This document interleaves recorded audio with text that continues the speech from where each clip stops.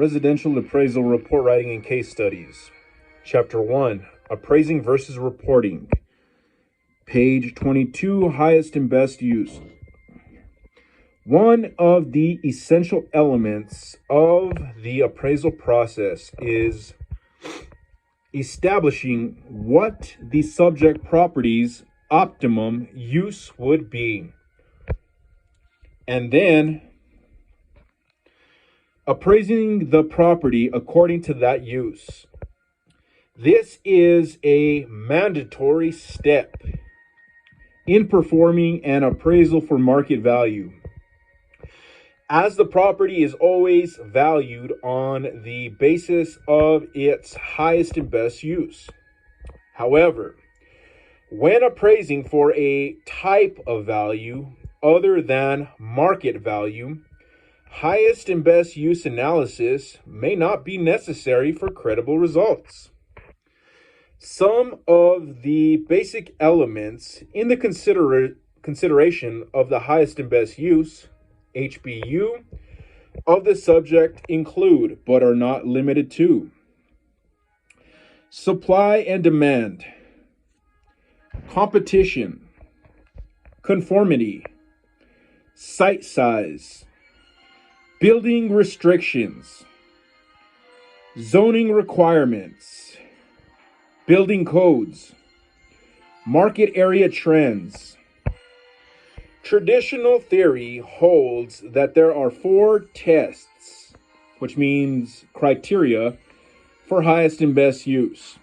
In order to be considered the highest and best use for a property, the use must be: number 1, physically possible; number 2, legally permissible; number 3, financially feasible; and number 4, maximally productive.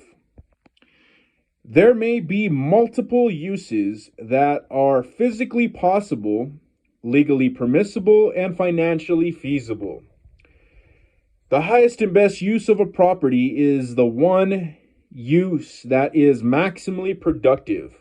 That is, the use that produces the highest land value. End of page. Page 23. Approaches to value. Step 5 in the appraisal process and a continuation of the execution phase is the performance of those approaches to value that are relevant to the assignment.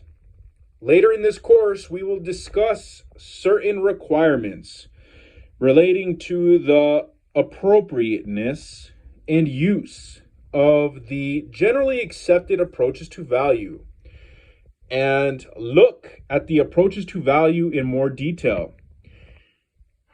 In this part of the course, though, we will present an overall view of the different approaches to value. End of page. Page 24. Sales comparison approach. The sales comparison approach is generally considered to be the most relevant approach for residential properties, particularly single-family dwellings. The major supposition of the sales comparison approach is that market value of the subject is related to comparable property values within the same market area. We analyze the market by comparing recent sales of properties that are similar to the subject property in terms of quality, condition, type, and size. This approach to value is based primarily on the principles of contribution and substitution. The appraiser must gather the most recent comparable sales from the subject's market area. An adjustment process is used to compensate for those superior or inferior amenities found between the comparables and the subject. The comparable sales will be adjusted to make them as similar to the subject as possible.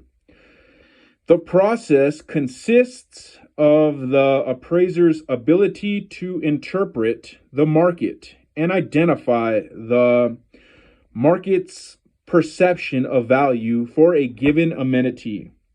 The rest is simple mathematics. Adding or subtracting